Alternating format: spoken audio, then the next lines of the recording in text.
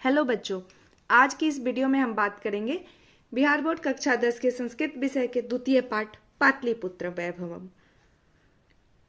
पाटलिपुत्र वैभवम का अर्थ होता है पाटलिपुत्र का वैभव। चलिए शुरुआत करते हैं। बिहार राज्यस्य राजधानी नगरम पाटलिपुत्रम सर्वेषु कालेषु महत्म धारयत। बिहार राज्य का राजधानी नगर जो पाटलिपुत्र सभी कालों में महत्व धारण किया हुआ है। अस्य इतिहास सार्धसहस्रद्वय वर्ष परिमित वर्तते। इसका इतिहास 2500 वर्षों के आसपास का है। अत्र धार्मिक क्षेत्रम, राजनीति क्षेत्रम, उद्योग क्षेत्रम च विशेषण ध्यानाकर्षकम। यहाँ जो आपका धार्मिक क्षेत्र, राजनीति क्षेत्र, उद्योग क्षेत्र और का जो है वो विशेषता ध्यान को आकर्षित करते हैं। वैदेशिका यात्रिना मेघास्थनीज फाह्यान हुएनसांग इति संग प्रभृतय पाटलिपुत्रस्य वर्णनम स्वस्मरण ग्रंथेषु चक्रु। जो आपके विदेशी यात्री आए थे, मेघास्थनीज, फाह्यान, हुएनसांग और इति संग, ये सब अपने अपने संस्मरण ग्रंथों में पाटलिपुत्रों का वर्णन किया है। पाठे अस्मिन् पाटलिपुत्र वैभवस्य सामान्य परिचय वर्तते। इस पाठ में पाटलिपुत्र का सामान्य परिचय दिया हुआ है। चलिए पढ़ते हैं। प्राचीनेषु भारतीयेषु नगरेष्वन्यतमं पाटलिपुत्रं नु गंग वसिदचित्रं महानगरम बभूव। प्राचीन भारतीय नगरों में पाटलिपुत्र गंगा के किनारे बसा हुआ एक श्रेष्ठतम और विचित्र महानगर था। त्वदुष्यो दामोदर गुप्तो नाम कवि कूटनिमित्ताख्ये काव्ये कथयति। इसके विषय में दामोदर नामक कवि जो थे वो अपने प्रसिद्ध कूटनिमन काव्य था उनका, उसमें उन्होंने कहा था, अस्ति महितल तिलकम स्वरसती कुल गृहम महानगरम नामना पाटलिपुत्रम परिभूत पुरंदर स्थानम। इसका अर्थ हुआ धरती के भाल यानी कि तिलक स्वरूप और सरस्वती का शिक्षा केंद्र पाटलिपुत्र नामक महानगर जो है इंद्रलोक के समान है।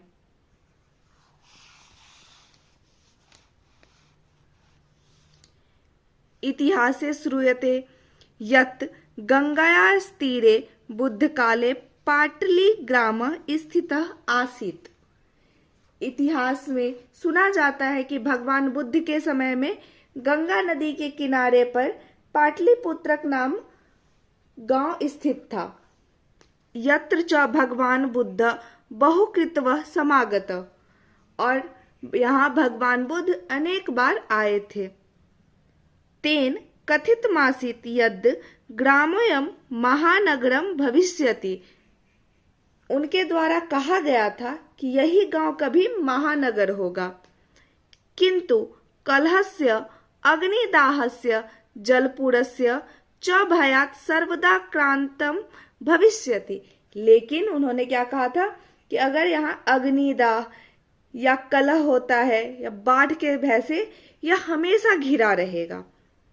कालांतरेण पाटली ग्राम एवं पाटलिपुत्रमिति कथित।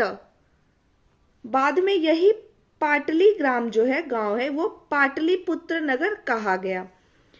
चंद्रगुप्त मौर्यस्य काले अस्य नगरस्य शोभा रक्षा व्यवस्था च अत्युत्कृष्टता सिद्धिति। यूनान राजदूत मेघास्थनीज स्वस्मरणेषु निरूपयति।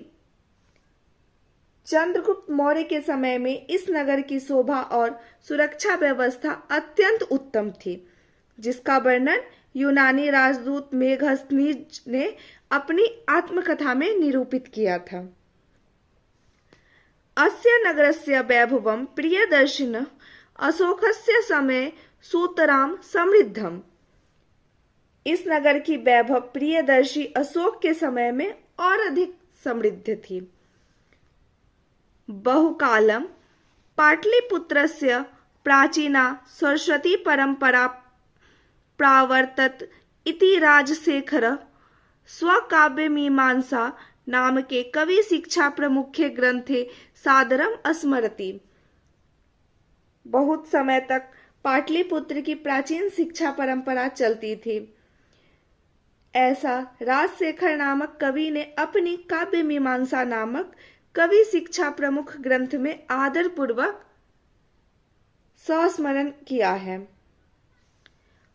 अत्रोप वर्ष वर्षावि पाणिनि पिंगह वि वयाडे वरुरुचि पतंजलि इह परीक्षिता ख्याति मुप जगुन्मु। इसका अर्थ हुआ, यहाँ वर्षों तक पाणिनि, पिंगल, ब्याडी, वरुरुचि और पतंजलि ने परीक्षित होते हुए ख्याति प्राप्त की।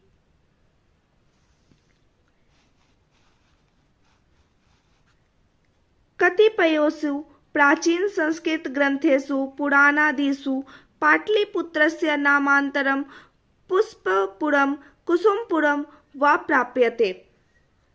कुछ प्राचीन संस्कृत ग्रंथों तथा पुराणों आदि में पाटलिपुत्र का दूसरा नाम पुष्पपुर या कुसुमपुर भी पाया जाता है। अनेन ज्ञायते यत् नगरस्य समीपे पुष्पानां बहुलमुत्पादनं भवति स्म। इससे ज्ञात होता है कि नगर के पास में फूलों का उत्पादन अधिक मात्रा में होता था। पाटलिपुत्रमिति शब्दोऽपि पाटल पुष्पानां पुतलिकारचनामाश्रित्य प्रचलित।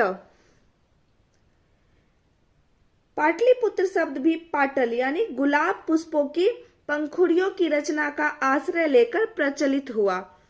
शरत काले नगरे अस्मिन् कौमुदी महोत्सव इति महान समारोहम् गुप्त वंश शासन काले अतीव प्रचलितः। शरद ऋतु में इस नगर में कौमुदी महोत्सव ऐसा महान समारोह गुप्त वंश के शासन काल में अति प्रचलित था। तत्र सर्वे जना आनंदमग्ना अभूवनम। इस अवसर पर यहाँ सभी लोग अति प्रसन्न होते थे। संप्रति दुर्गा पूजा अवसरे तादृश एवं समारोह दृश्यते। आज भी दुर्गा पूजा के अवसर पर वैसा ही समारोह देखा जाता है। कालचक्रवशाद यद्यपि मध्यकाले पाटलिपुत्रम वर्षसहस्र परिमितम जीर्णतामनुभूत। समय परिवर्तन के कारण यद्यपि मध्यकाल में पाटलिपुत्र ने लगभग 1000 वर्षों तक पिछड़ेपन का अनुभव किया। तस्य संकेत अनेकेषु साहित्य ग्रंथेषु मुद्रा राक्षसादिषु लभ्यते। इसका संकेत अनेक साहित्य ग्रंथों तथा मुद्रा राक्षस आदि में प्राप्त होता है। इसकी जानकारी मुगल वंश काले अस्य नगरस्य समुद्धारो जात। मुगल वंश के शासन काल में इस नगर का समुद्धार हुआ। आंग्ल शासन काले च पाटलिपुत्रस्य सुतराम विकासो जात।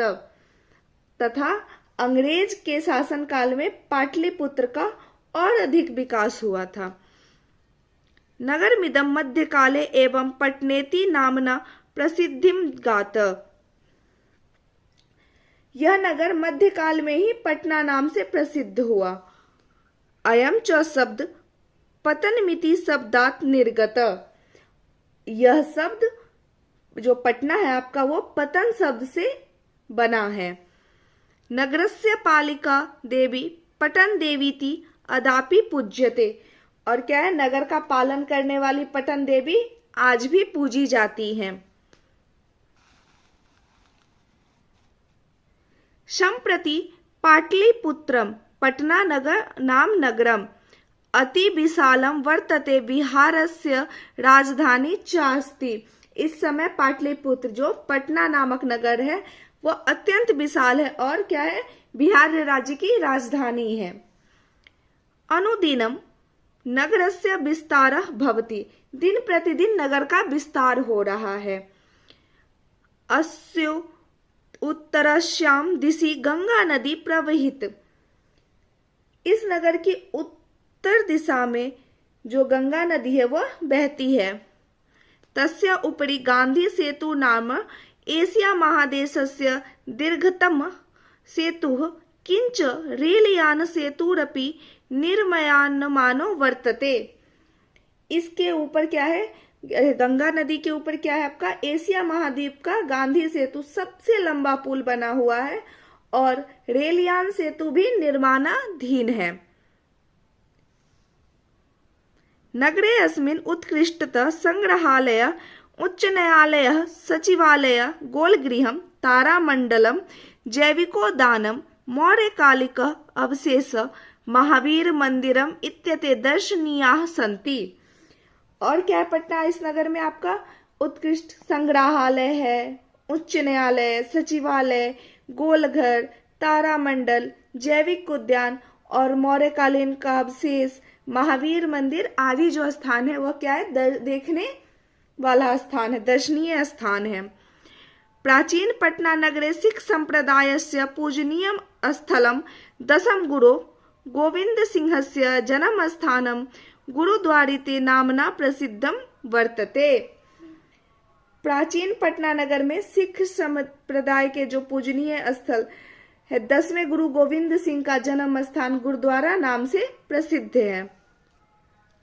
तत्र देशस्य तीर्थयात्रिनः दर्शनार्थमायान्ति। यहाँ देश के विभिन्न क्षेत्रों से तीर्थयात्री दर्शन के लिए आते हैं।